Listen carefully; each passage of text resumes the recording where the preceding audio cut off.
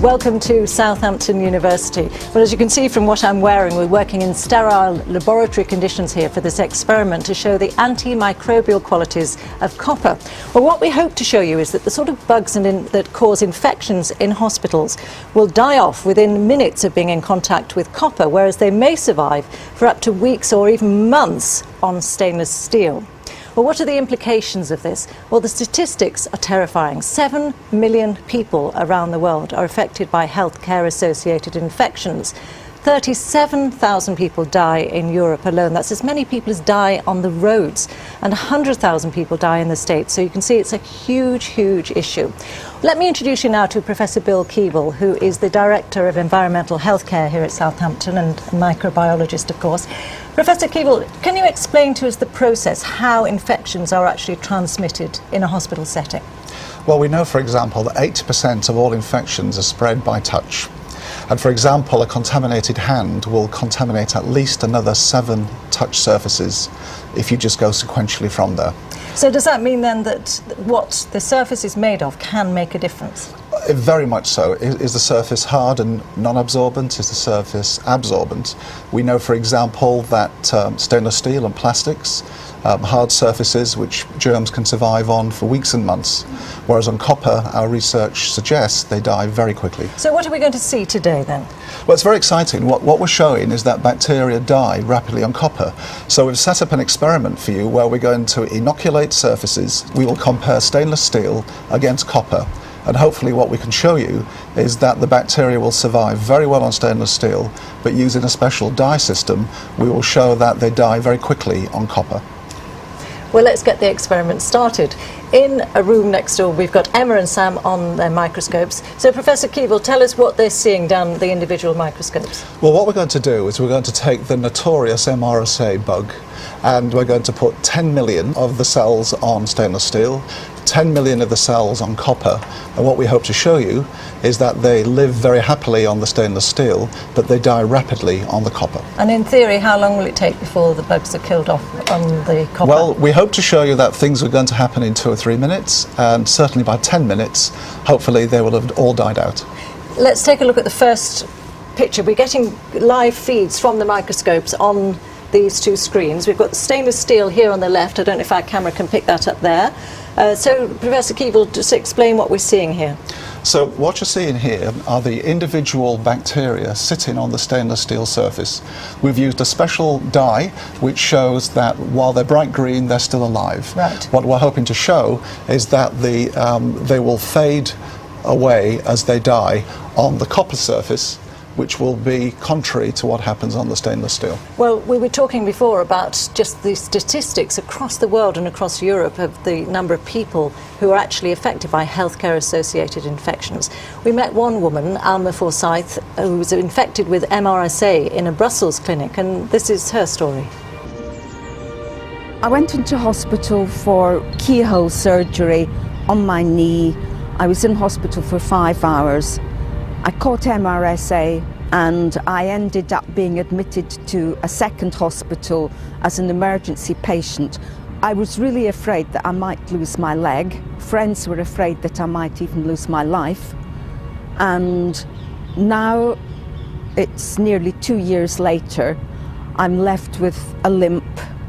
I have to use my crutch when I'm outdoors. The impact on my life physically is that I can no longer dance, and that's been a passion of mine since I was 3. I do feel very angry about it. I don't want to go near a hospital again. I think it would be wonderful if they could develop this use of copper to prevent infection taking place in the first place. So it's just 2 minutes into the experiment. Let's take a look at the screens that are linked to those microscopes and see what difference we can see at this point. So, Professor Keeble, talk us through what you see. Well, you can see lots of brightly stained bacteria on the stainless steel surface. So not much change there? Not much change there. Copper? And here's the copper surface. May not look too different to you, but in fact, if you look very carefully, we're just starting to see some of the cells beginning to fade out. So these would be the first signs that they're starting to die on copper. So it's incredibly quick. Yes. Well, in fact, there was a very interesting trial carried out at Selly Oak Hospital in Birmingham, here in the UK, where all the fixtures and fittings in one ward were replaced with copper, so things like this door handle and the light switches.